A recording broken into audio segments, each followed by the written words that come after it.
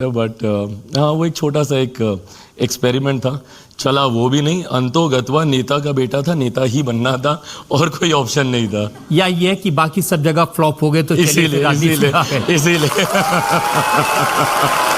लालू यादव कहते हैं कि आपके पिता रामविलास पासवान मौसम वैज्ञानिक थे, वो पहले से पता चल जाता था कौन सी पार्टी जीत रही है। 2014 में आप मौसम वैज्ञानिक बने और आपने पापा को बताया कि मोदी जी की तरफ आ जाओ। बिल्कुल, उन्हीं का बेटा हूँ, उन्हीं के अंश हैं, उन्हीं के संस्कार हैं मुझ में, तो ये बात भी उन्हीं से ही, ये गुण कहीं ना कहीं आया कि उन्हीं की तरह मौसम के रुख को अगर मैं भाप सकूं। इस सरकार कौन सी आ रही, बात ये नहीं है लोग कहाँ जा रहे हैं, किस दिशा में जा रहे हैं, किसके साथ जा रहे हैं। हम लोगों ने कभी पोस्ट पोल अलायंसेस नहीं किए, आज तक कभी नहीं।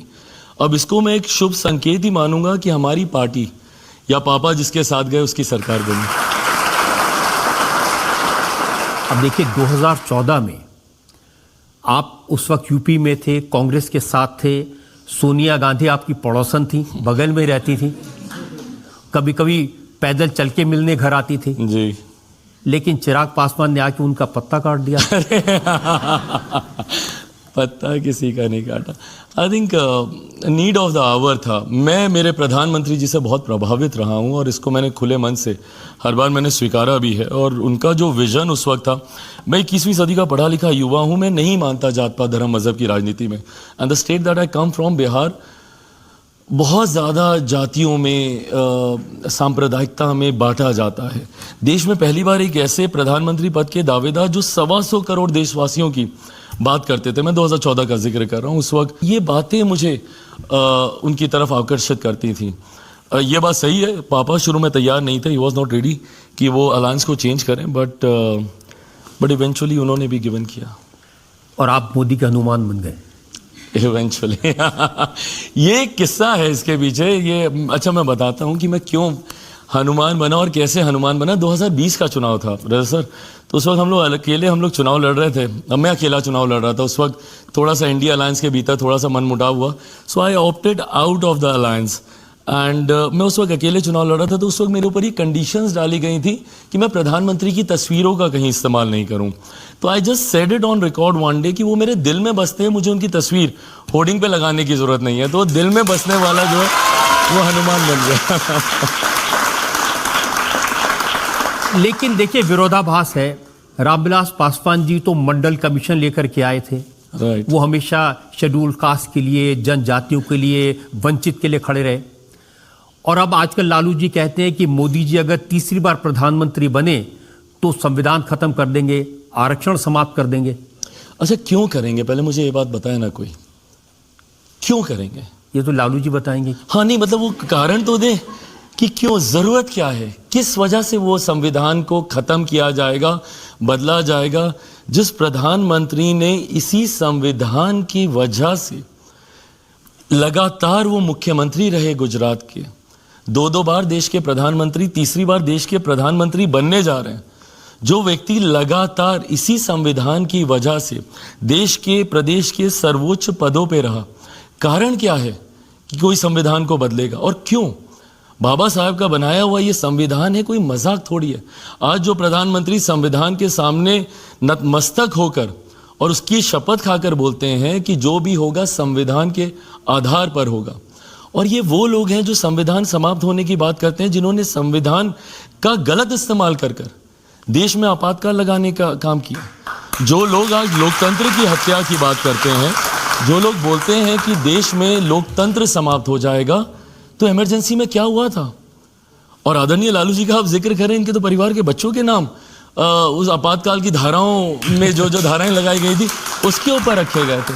तो ऐसे में ये भ्रम फैलाने की आदत है। 2015 का भी रजत सर आप देखेंगे, बिहार विधानसभा का चुनाव चल रहा था, उस वक्त भी एक बयान को पकड़कर आरक्षण समाप्त हो जाएगा, आरक्षण समाप्त हो जाएगा, एक ऐसा हो हल्ला मचा दिया गया कि पूरा चुनाव उस दिशा में चला गया। 10 साल बीत गए इस बात। मोदी जी से बात की है, उनकी गारंटी है कि आरक्षण कभी खत्म नहीं होगा?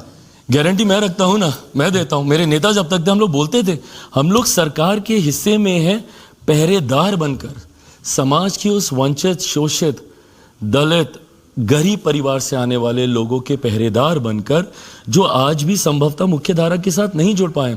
फॉर एन एग्जाम्पल, 2019 अगर मेरे को ठीक से याद है, 2019 के आसपास की बात है, 18 या 19, अनुसूचित जाति जनजाति एट्रोसिटी एक्ट को लेकर एक बहुत बड़ा मामला उठा था, उसको डाल्यूशन को लेकर।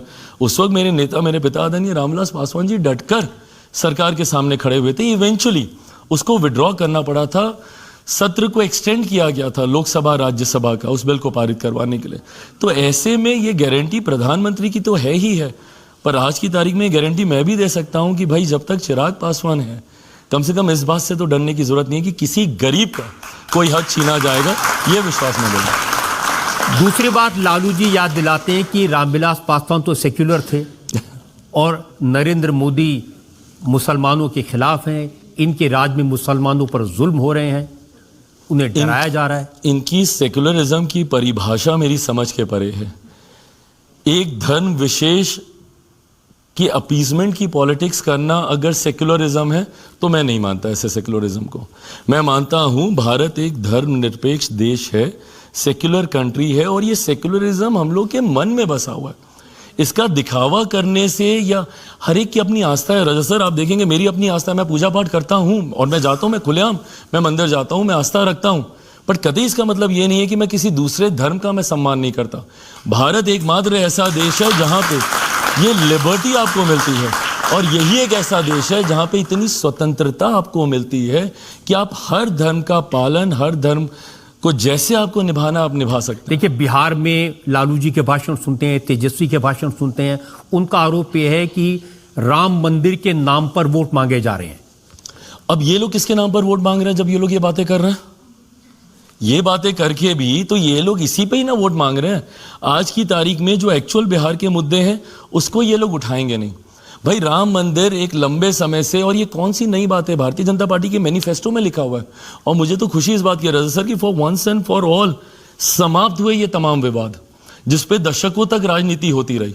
हम लोगों ने लंबे समय तक हम लोगों ने देखा, मुझे तो अपने जन्म से याद है कि मैं जब देखता था चुनाव के बाद राम मंदिर का मुद्दा आता था, लेट 80 का दशक हो, 90 का दशक हो, वो तमाम दशक हम लोगों ने बिता दिए सिर्फ और सिर्फ राम मंदिर के विवाद को लेकर, सिर्फ और सिर्फ धारा 370 को लेकर, लंबे समय तक विमेन रिजर्वेशन बिल को लेकर।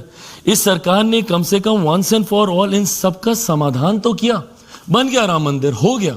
जिसकी आस्था है वो जाएगा जाएगा। ये लोग बोलते हैं उसको इवेंट बना दिया। भाई भगवान राम 500 साल के बाद अपने भवन में जा रहे हैं, क्या वो बड़ी बात नहीं है? जो लोग आस्था रखते हैं मेरे जैसे लोगों के लिए वो एक बड़ी बात है। और ये लोग बोलते हैं कि उसको बीजेपी का इवेंट बना दिया गया। मुझे बताया ना कितने बीजेपी के मंत्री। राहुल गांधी की बात हमने सुनी है, आपने भी सुनी होगी। राहुल गांधी कह रहे थे कि वहां पर आपने अमिताभ बच्चन को देखा, आपने ऐश्वर्या राय को नाचते हुए देखा, किसी गरीब आदमी को नहीं देखा। क्योंकि ये लोग गए नहीं ना वहां पे, तो इनको पता नहीं है कि कौन कौन गए। हाँ वही तो, क्योंकि ये लोग खुद ही नहीं गए तो इनको पता नहीं है वहां पे साधु संत समाज से लेकर समाज के हर वर्ग। और ये समावेशी विकास, इसी की बात तो मेरे प्रधानमंत्री करते हैं ना, सबका साथ सबका विकास।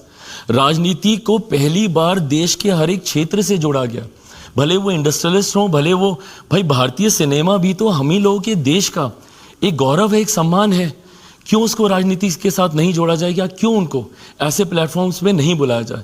तो समाज के अमीर से गरीब से गरीब व्यक्ति को जोड़कर एक मंच पर लाने की सोच ही सबका साथ सबका विकास है।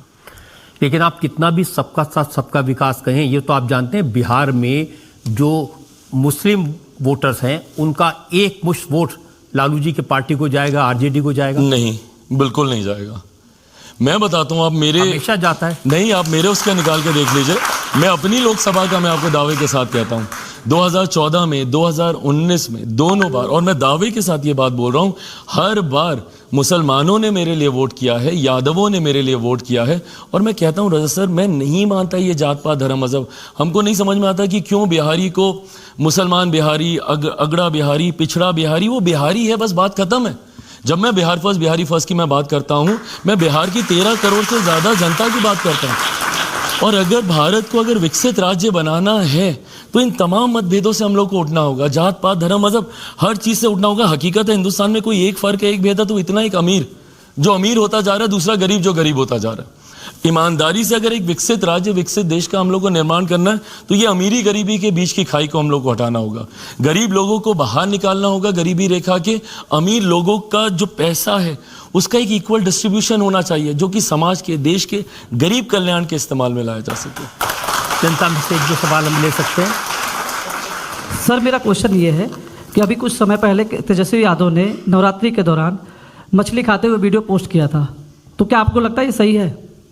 भाई, पहली बात तो कौन क्या खाता है, नहीं खाता है, इससे किसी को कोई लेना देना होना नहीं चाहिए।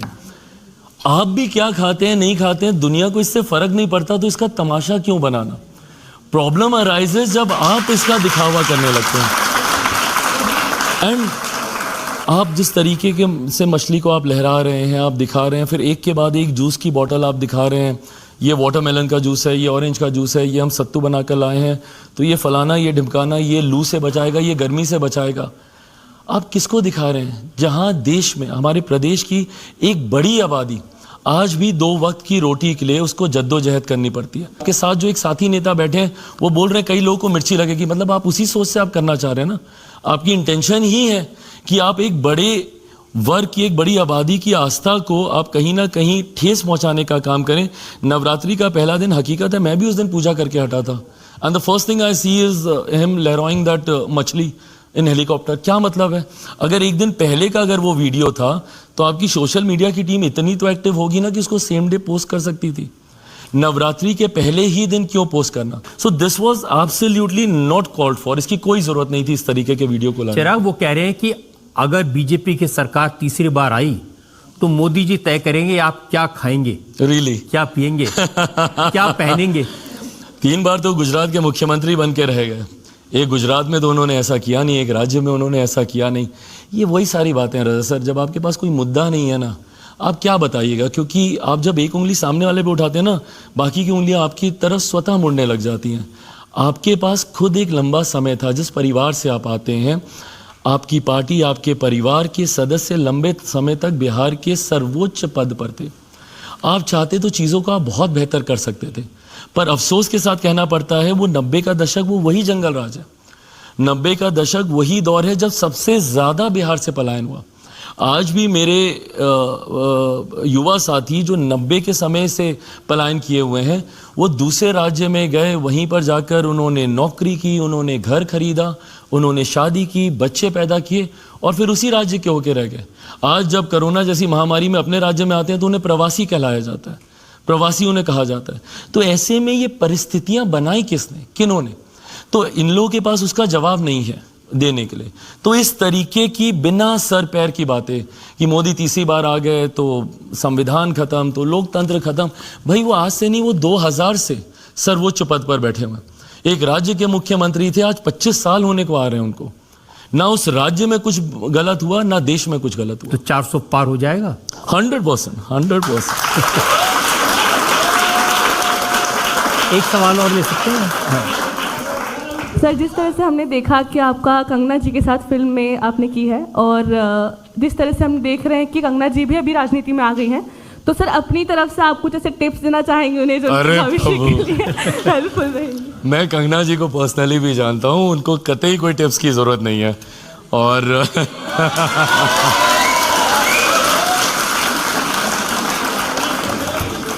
मैं इतना बड़ा रिस्क नहीं लूँगा। वो अच्छा जानती है, अच्छे से अपना भला बुरा, अपनी राजनीति वो अच्छी तरीके से साध रही है।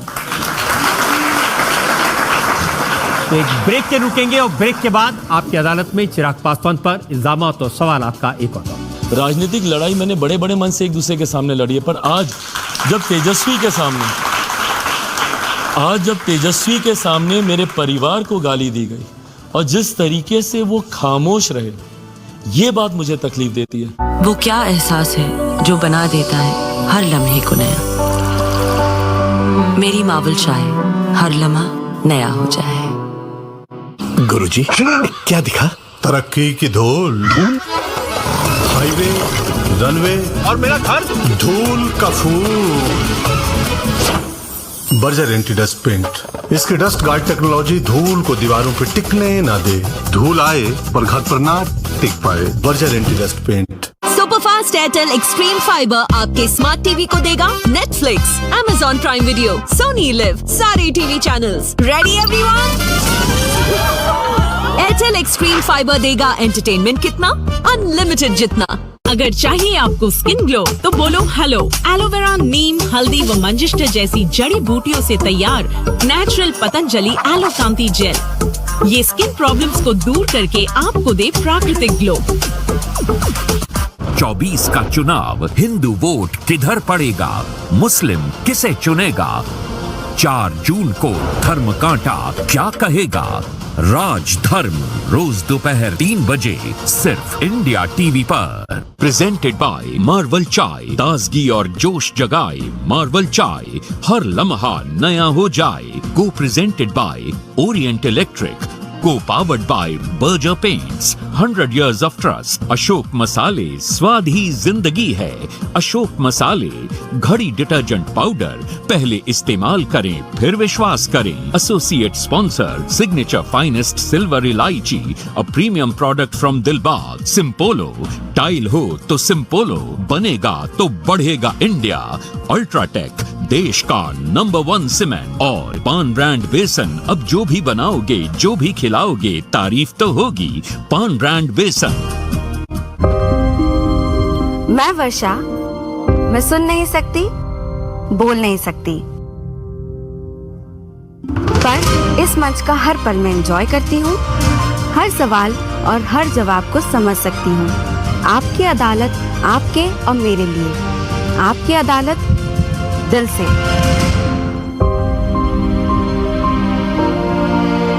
तो आइए शुरू करते हैं आज का मुकदमा आपकी अदालत। अब खास लोगों के लिए आपकी अदालत की स्पेशल स्ट्रीमिंग इंडिया टीवी के आपकी अदालत चैनल पर। इनको अहंकार हो गया, रावण को भी अहंकार हो गया था। सीएए को कोई रोक नहीं सकता। हम एक शक्ति से लड़ रहे हैं। मैं इस चुनौती को स्वीकार करता हूँ। मुकाबला 4 जून को हो जाएगा। अब की बार किसकी सरकार, सिर्फ इंडिया टीवी पर। प्रेजेंटेड बाय मार्वल चाय, ताजगी और जोश जगाए मार्वल चाय, हर लम्हा नया हो जाए। को प्रेजेंटेड बाय ओरिएंट इलेक्ट्रिक, को powered by Berger paints, 100 years of trust। Ashok मसाले, स्वाद ही जिंदगी है। अशोक मसाले, घड़ी डिटर्जेंट पाउडर, पहले इस्तेमाल करें फिर विश्वास करें। Associate sponsor signature finest silver इलायची, a premium product from Dilbagh. Simpolo, tile हो तो सिंपोलो, बनेगा तो बढ़ेगा इंडिया। अल्ट्राटेक, देश का नंबर 1 सीमेंट। और पान ब्रांड बेसन, अब जो भी बनाओगे जो भी खिलाओगे तारीफ तो होगी। पान ब्रांड बेसन। निरंतर बढ़ती जिंदगी की रफ्तार, जहां वक्त कम और एक्शन ज्यादा, और इसी रफ्तार के साथ आपको रखेगा हर पल update India TV speed news channel. जब चाहें तब देखें सुपरफास्ट खबरें दिन भर, तो तुरंत जाइए अपने स्मार्ट टीवी के ऐप स्टोर पर और डाउनलोड कीजिए India TV speed news channel. 24 घंटे सुपरफास्ट खबरें। योग से है सेहत, योग है जीवन, योग ही है संजीवनी। Welcome back. आपकी अदालत में आज हमारे मेहमान हैं युवा नेता चिराग पासवान। आपकी अदालत में अगला इल्जाम। आपकी अदालत में लोक जनशक्ति पार्टी के नेशनल प्रेसिडेंट चिराग पासवान पर आरोप है कि इनके डबल स्टैंडर्ड हैं। चिराग, लालू जी आजकल रोज याद दिलाते हैं कि बीजेपी वाले परिवारवाद की बात करते हैं, लेकिन चिराग के परिवार को भूल जाते हैं। यहां तो पापा भी राजनीति में, चाचा भी राजनीति में, भाई भी राजनीति में, बहनोई भी राजनीति में। नहीं तो अब क्या, चाचा भाई सब चले गए हैं, परिवार थोड़ा छोटा रह गया मेरा। ले दे के एक मेरे जीजा जी हैं जो इस बार चुनाव लड़ रहे हैं और उम्मीद है अच्छे से वो जीतेंगे। 2014 में बहुत चला था परिवारवाद। जब मैं पहली बार चुनाव लड़ रहा था, जब यहाँ पर भी आया था, उस वक्त भी ऐसा सही एक सवाल आया था मेरे सामने, और उस वक्त भी यही था कि ये परिवारवाद है, उनका बेटा है इसीलिए आ रहा है। उस वक्त मैं महज 85,000 वोटों से मैं चुनाव जीता था। 2019 में ये वोट का अंतर, ये वोट का मार्जिन जो है 2.5 लाख से ज़्यादा का हुआ। तो मतलब 14 से 19 तक मैंने काम किया, मैंने मेहनत की, लोगों का विश्वास जीता। ये कारण बना कि आज की तारीख में 2014 से बड़ा जनादेश मुझे 2019 में मिला। 2020 में मेरी पार्टी का नाम, मेरी पार्टी का सिंबल सब मुझसे छीन लिया गया। मुझे अपनी ही पार्टी से निकाल के बाहर फेंक दिया गया। उसके बाद मैंने स्क्रैच से शुरुआत की, जहां पर मैंने नए पार्टी के नाम से नए पार्टी के लोगों के साथ नए लोगों को अपने साथ जोड़ा, मेहनत की, संघर्ष किया, लोगों के बीच रहा, लोगों का विश्वास मैंने जीता। आज गठबंधन में कोई खैरात में तो सीटें नहीं देता। आज की तारीख में अगर 5 सीटें अगर गठबंधन में लोक जनशक्ति पार्टी को, जहां बिहार में मात्र 40 सीटें हैं, उसमें से 5 सीटें दी जा रही हैं, तो ये कहीं ना कहीं आपकी मेहनत भी इसके पीछे कारण। इस बात से प्रॉब्लम नहीं है कि आपको 5 सीटें के लिए आप लड़ रहे हैं, लेकिन पासवान का परिवार नहीं है, लालू जी का परिवार। लालू जी अगर अपने बेटे को चुनाव लड़ाएं, रोहिणी को चुनाव लड़ाएं, मीसा को चुनाव लड़ाएं, तो वो परिवारवाद है। नहीं, बिल्कुल नहीं है। आप लड़ाइए, बट मीसा दी 2 बार चुनाव हार जाती हैं, उसके बाद आप तीसरी बार भी आप उन्हें टिकट दे देते हैं, ये गलत है। और वो किसके सामने चुनाव हारती हैं? रामकृपाल जी के सामने। कौन है रामकृपाल जी? एक कार्यकर्ता। जब तक राजद में भी रहे कार्यकर्ता की भूमिका में रहे, जब वो भाजपा में भी आए तो एक कार्यकर्ता की भूमिका में। मैं बताना चाह रहा हूँ कि हैवीवेट सरनेम आपके साथ हो, वो आपकी जीत का क्राइटेरिया कतई नहीं हो सकता। इवेंचुअली आपका सामर्थ्य आपको आगे लेकर जाएगा। लेकिन आपने जो टिकट दिए हैं उसमें एक जेडीयू के एमएलसी की वाइफ हैं, एक जेडीयू के नेता के बेटी हैं, जमुई से आपके वीणा देवी हैं। ये जितने भी लोग हैं ये सब कहीं ना कहीं किसी परिवार के, किसी के भाई, किसी की बेटी, किसी भाई। आप शांभवी की बात कर रहे हैं, जिनको आप एक नेता की बेटी बता रही है। मैं एक यंग लड़की देखता हूं जो पढ़ी लिखी है, जो जानकार है, वेल एजुकेटेड, वेल लर्नेड, जो बोलती अच्छा है, जिसका एक अपना समाज सेवा का एक अनुभव रहा है। आप वीना जी की बात कर रहे हैं, चलिए वीना जी वो पिछली बार भी वो चुनाव लड़ी थी, जीती थी, उनके पास एक अपना अनुभव है। मैं राजेश वर्मा को मैं देखता हूं जो खगड़िया से चुनाव लड़ रहे हैं। यंग लड़का जो बोलता अच्छा है, जिसका एक अपना राजनीतिक अनुभव रहा है बिना किसी राजनीतिक पृष्ठभूमि के। वो डिप्टी मेयर रहे, उन्होंने 2020 का विधानसभा का चुनाव लड़ा, जीत नहीं पाए पर भागलपुर से उन्होंने चुनाव लड़ा। ये वो तस्वीर है जो मैं बिहार की देश के सामने रखना चाहता हूँ। आज तक बिहार की तस्वीर रजत सर कैसी आती थी? बिहार आपराधिक, भ्रष्टाचार, इन्हीं सब चीज़ों को लेकर। कल को आपको भी गर्व होगा जब ये चेहरे अरुण भारती हो, शांभवी हो या राजेश वर्मा हो, फॉर दैट मैटर मैं चिराग पासवान को भी युवाओं में ही गिनूंगा। ये वो युवा चेहरे हैं जो पढ़े लिखे, जो सामने आएंगे और बिहार की छवि को जब रखेंगे। लेकिन चिराग, सवाल ये कि आप दूसरी पार्टियों के नेताओं की, चाहे वो राहुल गांधी हो, चाहे वो लालू यादव हो, तेजस्वी हो, उनके परिवार की बात करेंगे, लेकिन बिहार में बीजेपी के जितने नेता हैं, सम्राट चौधरी वो भी एक परिवार से आए, संजय जायसवाल, तो मैं थोड़ी परिवारवाद पे कुछ बोल रहा हूँ, मैं तो बोल ही नहीं सकता।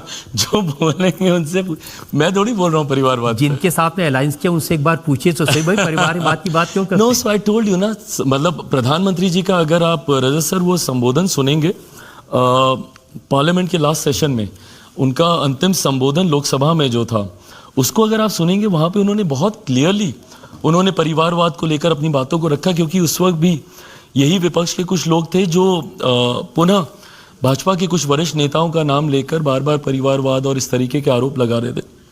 तो उस वक्त भी मेरे प्रधानमंत्री जी ने बहुत कैटेगोरिकली इन बातों को रखा है कि भाई कोई अपने सामर्थ्य से सामने आ रहा है। अब मैं नहीं जाना चाहता किसी का नाम लेने, बट कई ऐसी बड़ी पार्टियां हैं जो अपने नेताओं को लॉन्च ही कर रहे हैं और वो नहीं लॉन्च हो पा रहे हैं।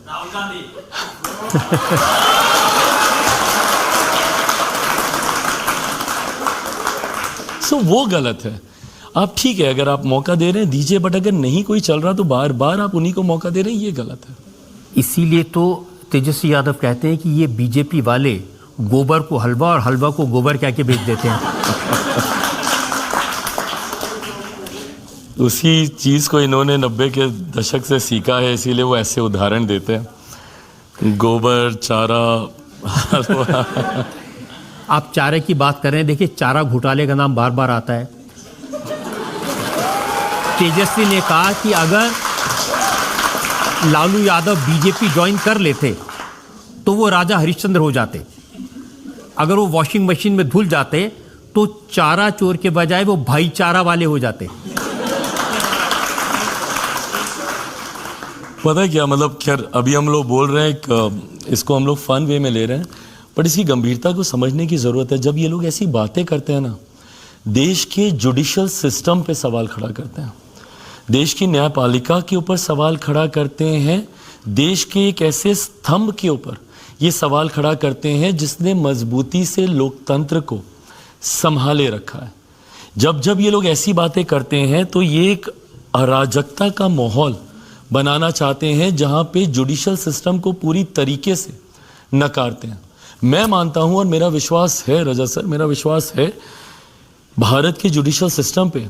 मैं मानता हूं अगर आपने गलत नहीं किया तो आपके साथ नहीं गलत होगा, पर हाँ अगर आप दोषी हैं तो आपको बख्शा भी नहीं जाएगा। ये ताकत भी भारत के जुडिशल सिस्टम में है। देखिए, ये सवाल तो उठेगा ना कि चुनाव से पहले अरविंद केजरीवाल को जेल में डाल दिया, हेमंत सोरेन को जेल में डाल दिया। कारण है इसीलिए तो डाला है, नहीं कारण होते आप मत दीजिए ना कारण, मत दीजिए आप कारण। और आज देख लीजिए केजरीवाल जी किनका समर्थन ले रहे हैं, किनका समर्थन ले रहे हैं। आज अभी कुछ दिनों पहले so called India alliance, what ever alliance, तो उस मंच पे जब केजरीवाल जी जब अरेस्ट हुए थे, उस मंच पे कौन लोग थे, आप एक एक का चेहरा जूम इन करके दिखाइए। ये वही लोग हैं जिनकी पर्ची केजरीवाल जी लेकर घूमते थे उसी गांधी मैदान में, अन्ना हजारे जी के आंदोलन में। इन्हीं लोगों के नाम की पर्ची लेकर घूमते थे भ्रष्टाचार के आरोप लगाते हुए, और आज उन्हीं लोगों का समर्थन ले रहे हैं अपने आप को जेल से बाहर निकलवाने का। क्या ये सच है कि तेजस्वी जी आपके बचपन से मित्र हैं और आप अभी भी उनके साथ रहते हैं, मतलब उनसे बातचीत होती है? साथ तो नहीं रहता, बट हाँ मेरे मित्र हैं, मित्र नहीं भाई हैं मेरे, छोटे भाई। मैंने हमेशा तेजस्वी को मैंने कहा है, माना है, और कारण है, मतलब आप सब भी रिलेट करेंगे, आपके पिता के दोस्त, उनके बच्चे आपके दोस्त बन जाते हैं। So this is how it happened with me also. मेरे पिता का आदरणीय लालू जी का बहुत गहरा संबंध रहा है, दोनों ने साथ काम किया है, दोनों एक दूसरे के समकक्ष रहे हैं। ये कारण है कि मेरी बचपन से तेजस्वी से वो मुलाकात, वो परिचय था। जिनको आप भाई और मित्र और इतना प्यार से बोल रहे हैं, उनकी पब्लिक मीटिंग में आपकी माँ को गाली दी गई। आज जब मैं इस बात का जवाब दे रहा हूँ, आज मैं हूँ दुखी, आज मुझे है तकलीफ इस बात की कि जिसको मैंने हमेशा अपना छोटा भाई बोला, उसी के सामने मेरे परिवार के लोगों को गालियां दी गई मेरे लिए। और मैं खुल के बोलता हूं, भले मैं किसी भी अलायंस में हूं, मुझे नहीं डर लगता इस बात को कहने में, मेरे लिए राबड़ी जी मेरी माँ है और मैं मानता हूं उनको अपनी माँ। मेरे लिए मीसा दी मेरी बड़ी बहन है, मेरे लिए रोहिणी मेरी बहन है। मेरा वो रिश्ता रहा है उस परिवार से। आज भले मैं दूसरे अलायंस में रहूं, बट मेरा उस रिश्ते को मैंने हमेशा बनाए रखना है। राजनीतिक लड़ाई मैंने बड़े बड़े मन से एक दूसरे के सामने लड़ी है, पर आज जब तेजस्वी के सामने मेरे परिवार को गाली दी गई और जिस तरीके से वो खामोश रहे, ये बात मुझे तकलीफ देती है।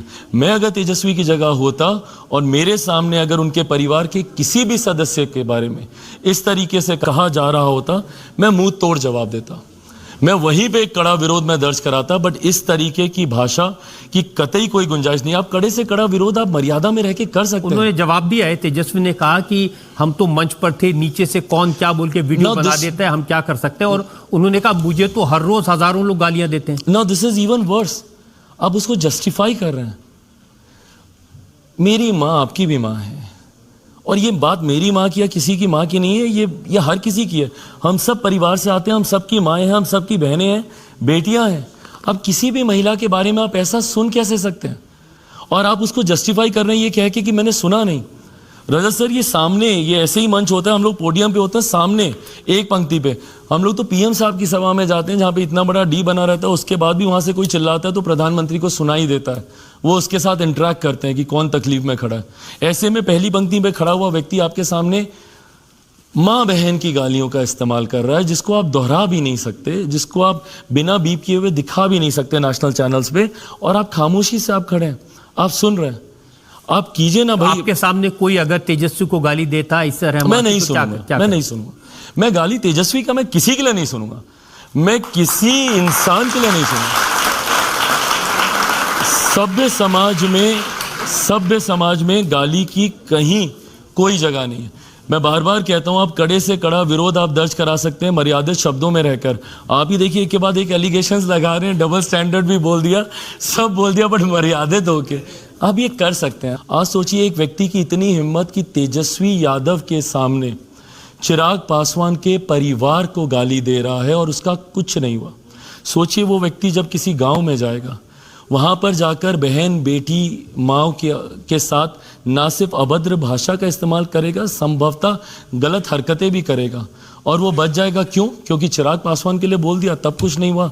तो ये तो एक गांव की आम महिला है। जो बिहार के लोग हैं वो उनका एनालिसिस ये है कि ये यादव की पासवान को गाली है। अरे प्रभु, यही डिवीजन है, यही डिवीजन है। आप मुझे बताइए, क्या हर यादव हर पासवान के खिलाफ है? क्या राजद में पासवान नहीं है और भाजपा में यादव नहीं है? कैसी बातें कर रहे हैं? मतलब ये वो बांटने की राजनीति है जिस पर ये लोग दशकों से रोटियां सेकते आए हैं। मैं नहीं मानता कोई यादव है, मैं नहीं मानता कोई पासवान है, मैं नहीं मानता कोई अगड़ा, कोई पिछड़ा, कोई हिंदू, कोई मुस्लिम, मैं नहीं मानता। हम सब बिहारी हैं, हम सब बिहारी अस्मिता की लड़ाई लड़ रहे हैं, हम सब बिहार के खोए हुए गौरव की लड़ाई लड़ रहे हैं। भाई एक ऐसा राज्य जो सिर्फ अपनी शिक्षा के लिए जाना जाता था, नालंदा यूनिवर्सिटी, आज जब दूसरे राष्ट्रों के राष्ट्र अध्यक्ष आते हैं, मेरे प्रधानमंत्री गर्व से नालंदा यूनिवर्सिटी की तस्वीर बैकड्रॉप में रखकर उनसे मुलाकात करते हैं, उनसे तस्वीरें खिंचवाते हैं। और आज उस गौरव को हम लोग खो चुके हैं। आज बिहार में शिक्षा के हालात देखिए, उन परिस्थितियों को बदलने की हम लोग को जरूरत है। तो ये MY समीकरण बनाते हैं और MY समीकरण बनाकर ये लोग बंटवारा करते हैं। मेरा भी है MY समीकरण, मेरा महिला समीकरण है, मेरा युवा समीकरण है। मैं महिलाओं को जोड़ूंगा, वो किसी भी जाति की हो। मैं युवाओं को जोड़ूंगा, भले वो किसी भी जाति की हो, किसी भी धर्म के हो। पर जब आप जातियों में बांटते हैं, आप बिहार को बर्बाद करते हैं। एक सवाल और ले सकते हैं? आप बिहार, अगर आप जीतते हैं, आप बिहार का CM बनना चाहेंगे या केंद्र सरकार में मंत्री? इंग्लिश में एक कहावत है, if wishes were horses beggars would ride. अगर आपके चाहने से ही सब हो जाता, मेरी चाहत पे हकीकत का इतना असर होता, तो आज मेरे पिता मेरे साथ होते, मेरा परिवार नहीं टूटता, मुझे इतना संघर्ष नहीं करना पड़ता। बट चाहत एक तरफ है, हकीकत एक तरफ है। मैं ईमानदारी से बस अपना प्रयास कर रहा हूँ। मुझे नहीं पता कि भविष्य के घर में क्या है। मुझे 3 साल पहले नहीं पता था।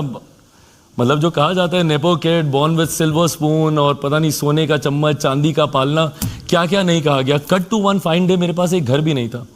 रातों रात मेरे घर का सामान फेंक के सड़क पे फेंक दिया गया।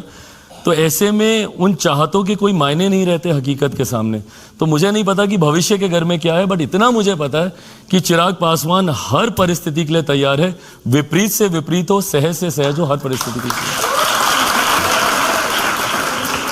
एक और ब्रेक के रुकते हैं और ब्रेक के बाद आपकी अदालत में चिराग पासवान पर इल्जामात और सवालात का एक और भविष्य में इस बात की कोई संभावना है आप कभी राहुल गांधी के साथ जाएंगे? कहा जाता है you should never say never, but I think this is one thing I can surely से नेवर। वो क्या एहसास है जो बना देता है हर लम्हे को नया। मेरी मावल चाहे हर लम्हा नया हो जाए। दिल में आई एक शोख लहर सी, तेज हवा के बेफिक्र भंवर सी। सिर्फ एक टपकती बूंद आपकी किस्मत बदल सकती है। रखिए एमसील हमेशा। अगर आपके चेहरे पर कोई दाग धब्बे ना हो तो आपको महसूस होता है फर्क आत्मविश्वास का, आपकी जीत और ग्लोरी का। ग्लो से ग्लोरी तक की इस यात्रा के लिए पतंजलि लाया है फेस वॉश की रेंज, जिसमें है हनी, नीम, आमंड, केसर, तुलसी, चंदन, एलोवेरा आदि के गुण। पतंजलि फेस वॉश बढ़ाए आपका आत्मविश्वास। निरंतर बढ़ती जिंदगी की रफ्तार, जहां वक्त कम और एक्शन ज्यादा, और इसी रफ्तार के साथ आपको रखेगा हर पल update India TV speed news channel. जब चाहें तब देखें सुपरफास्ट खबरें दिन भर, तो तुरंत जाइए अपने स्मार्ट टीवी के ऐप स्टोर पर और डाउनलोड कीजिए India TV speed news channel. 24 घंटे सुपरफास्ट खबरें।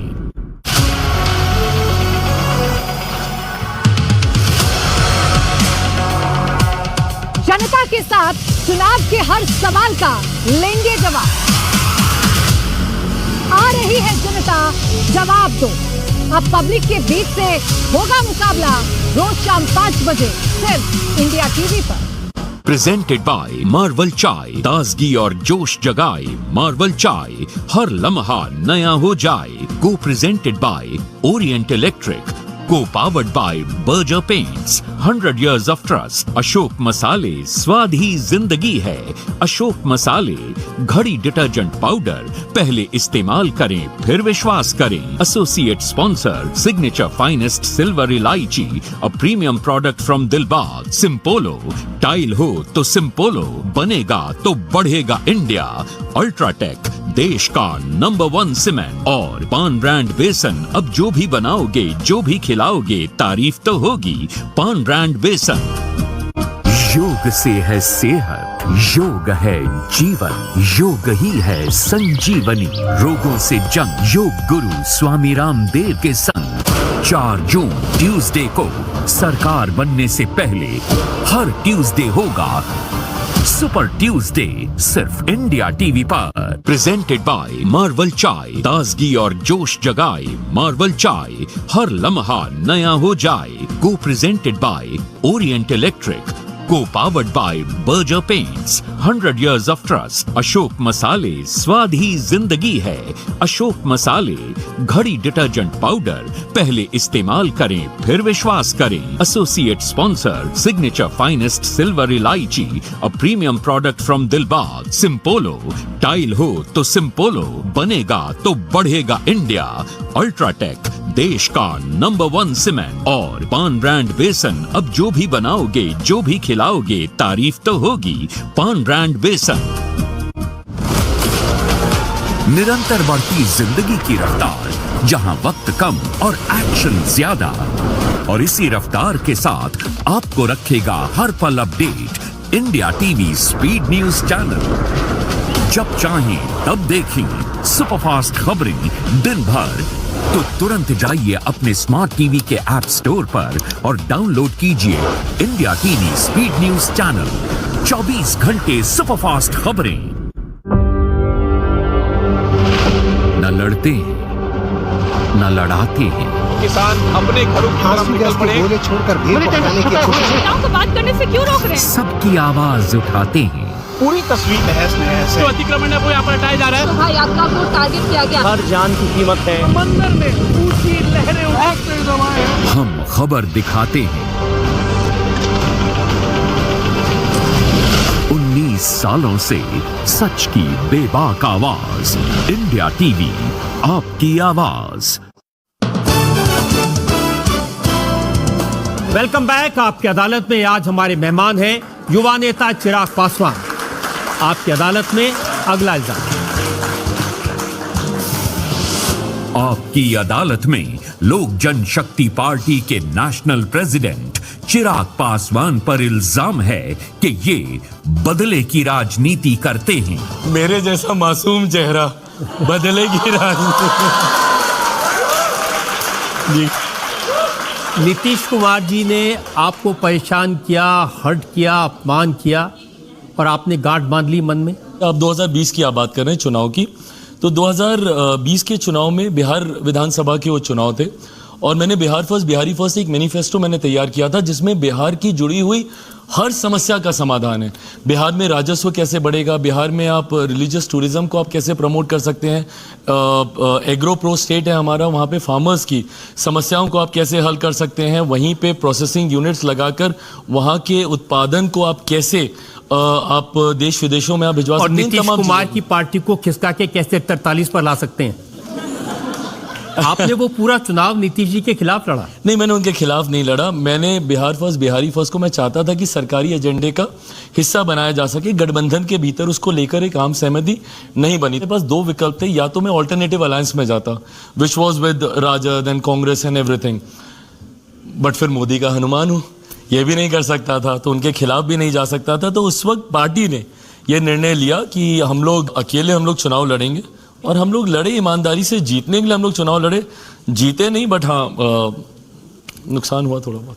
आपका तो कम नुकसान हुआ, नीतीश जी का ज्यादा हुआ। वो कहते हैं कि नीतीश जी का घर फूंक के तमाशा देखा चिराग ने। कतई नहीं बिल्कुल भी नहीं। मैं उनमें से हुई ही नहीं कि दूसरों के दुख पे मैं खुशी मनाऊं।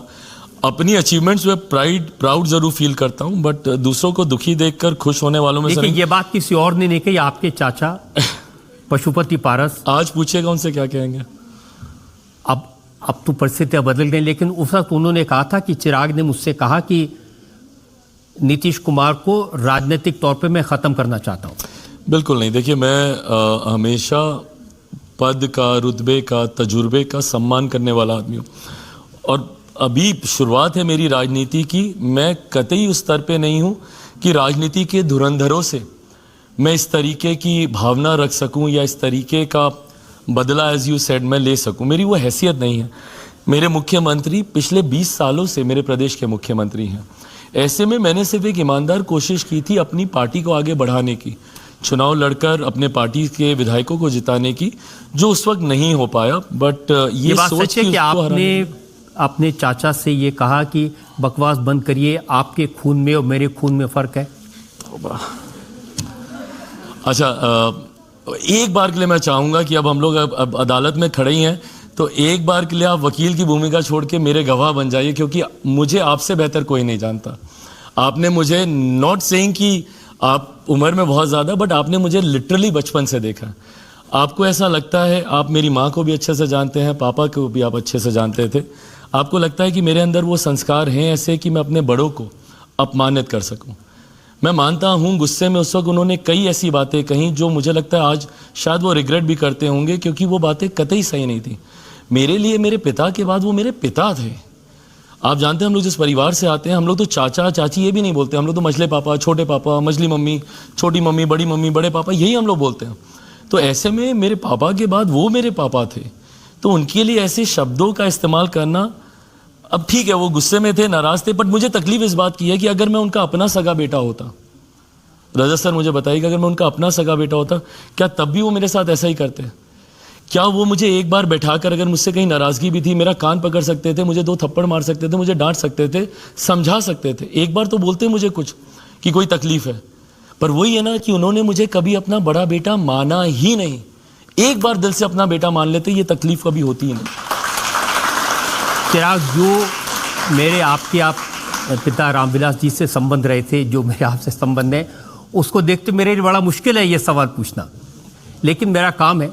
प्रिंस, उसने ये कहा कि मेरे पिता का अपमान हुआ, इसलिए हमने पार्टी तोड़ दी, इसलिए हम परिवार से अलग हो गए। He was like my kid brother, मतलब वो मेरा भाई नहीं, मेरा बेटा था। आप अभी भी आप जाकर देख लीजिए, केंद्रीय विद्यालय गोल मार्केट में जो इनकी शाखा है, वहाँ पे उसकी रिपोर्ट कार्ड्स मैं साइन करता था, उसकी पीटीएस में मैं जाता था। जिसको मैंने बेटे की तरह पाला, बायो पढ़ाता था, उसको मैथ्स पढ़ाता था, इंग्लिश सिखाता था, ग्रूमिंग करता था उसकी। ऐसे में आज वो इस तरीके से, और मुझे तकलीफ इस बात की नहीं है कि मेरे बारे में क्या बोल रहा है, मुझे तकलीफ इस बात की है कि वो मेरी माँ, जो उसके लिए बड़ी मम्मी थी, आज राजनीतिक द्वेष इतने ज़्यादा हो गए कि आप उनका नाम ले रहे हैं, और वो भी गलत नाम ले रहे हैं। मेरी माँ, आप भी जानते हैं कि वो सरदारनी है, पंजाबी हैं, और पंजाबियों में शर्मा नहीं टाइटल होते हैं वहाँ पे। वो उनका गलत नाम लेकर बोलता है रीना शर्मा पासवान। वो कौर हैं, वहाँ पे कौर, सिंह, सरदारों में वही टाइटल्स इस्तेमाल होते हैं। रीना शर्मा पासवान उनका नाम लेकर वो बोलने लगा। मुझे नहीं लगता कि कोई भी बात इतनी ज़्यादा बुरी हो सकती है कि आप रिश्तों की मर्यादा को ऐसे तार तार कर दें। देखिए, जिनको आप मंझले पापा कहते थे, अगर वो नाराज़ थे, वो कुछ कर रहे थे, तो आप उनके पास जाते, उनसे बात करते, मनाने की कोशिश करते। ये मिसिंग लिंक है। मैं गया था, बल्कि मैं टाइफॉइड में था उस वक्त। मुझे भी न्यूज़ से ही पता चला कि ये सब हुआ। 13 जून की वो रात थी रजत सर, 13 जून 2021 की वो रात थी जब मुझे न्यूज़ के माध्यम से पता चला कि ऐसे ऐसे पार्टी परिवार में टूट हुई है। एंड नेक्स्ट मॉर्निंग 14 जून की सुबह, और वो सारे विजुअल्स यूट्यूब पे भी हैं, आपके आर्काइव्स में भी होंगे। मैं बीमार चल रहा था, टाइफॉइड था मुझे, हाथ में कैंडुला लगा हुआ था, ड्रिप चल रही थी। एंड मैं गया उनके घर पे, और लगभग 1.5 घंटे तक मैं घर के बाहर, कौन सा घर? वही घर जो मेरा था, जिस घर के आंगन में मैं खेलता था, हक से जाता था, दरवाज़ा खुलता था, बैठता था, खाता था। आज उसी घर के दरवाजे मेरे लिए बंद कर दिए गए थे। 1.5 घंटे तक उस बीमारी की हालत में मैं बाहर गाड़ी में ही मैं बैठा रहा। 1.5 घंटे के बाद जब दरवाज़ा खुलता है, मैं घर के अंदर जाता हूँ और सबसे पहले मुझे मछली मम्मी चाची हमारी वो दिखाई देती हैं। मैं जाता हूँ, मैं उनके पाँव छूता हूँ, वो 2 कदम पीछे कर लेती हैं और मुझे बोलती हैं कि तुम्हारे साथ जो हो रहा है अच्छा हो रहा है। एक माँ अपने बेटे को ऐसे कर्ज कर सकती है कि तुम्हारे साथ जो हो रहा है अच्छा हो रहा है। मैं तो उस दिन अपना सब कुछ देने ही गया था। मुझे बस ये था कि भाई आप परिवार मत तोड़िए, पार्टी मत तोड़िए। पापा ने बहुत मेहनत से, खून पसीने से इसको सींचा है। अगर लगता है मुझसे ही कहीं गलती हुई है तो मैं सब आपको देने को तैयार हूँ। मैं तो गया ही था छोटा बनकर, पर उस वक्त भी उन्होंने दरवाजे मुझ पर बंद कर दिया। रामविलास जी कभी नहीं चाहते थे कि परिवार टूटे, पार्टी टूटे, और उन्होंने जीवन भर इसकी कोशिश की थी। और उनके जाने के बाद इस भूमिका को मेरे चाचा जी को ही निभाना था। उनके बाद परिवार के, और हम बिहारी परिवार के लोग हैं, हमारे यहाँ घर के बड़े ही ये सब फैसले लेते हैं। तो ऐसे में उनकी जगह उनको इस जिम्मेदारी को निभाना था कि पार्टी को एक रखते, परिवार को एक रखते। तो मुझे अब लगता है पूरे प्रकरण के दौरान आपकी माँ ने कोशिश नहीं की उन लोगों से बात करने की? So this was even more hurtful. ज़्यादा तकलीफ इस बात की हुई, मेरी माँ जिनसे मुझे शिकायत रहती थी कि आप मुझे कम प्यार करते हो, अपने देवरों को, भतीजों को, उन पे आप ज़्यादा इन्वेस्ट करते हो, क्यों? मुझे इस बात की तकलीफ रहती थी। मेरे लिए मेरे चाचा उनके बेटे ही थे। कोई दिन ऐसा नहीं जब भाभी भाभी भाभी भाभी भाभी करते वो घर नहीं आते थे। और आज वही भाभी चिराग की माँ हो जाती हैं। उनके सारे इंटरव्यूज़ में चिराग की माँ, चिराग की माँ, चिराग की माँ। मतलब कैसे ये रिश्ते बदल जाते हैं एक दिन में।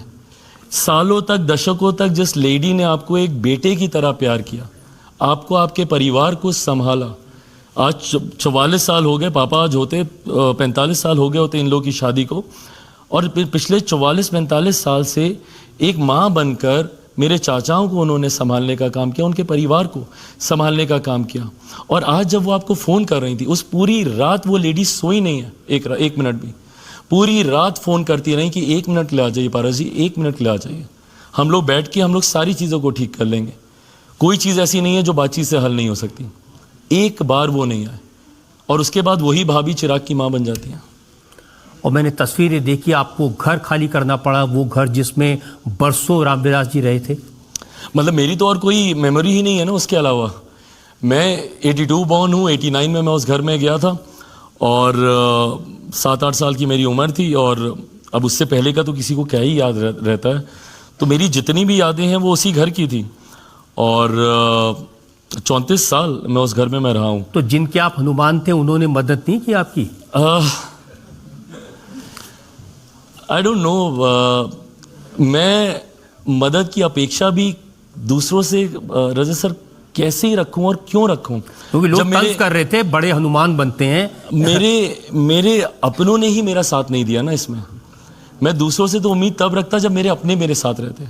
और मैं डंके की चोट पर इस बात को मैं बोलता हूं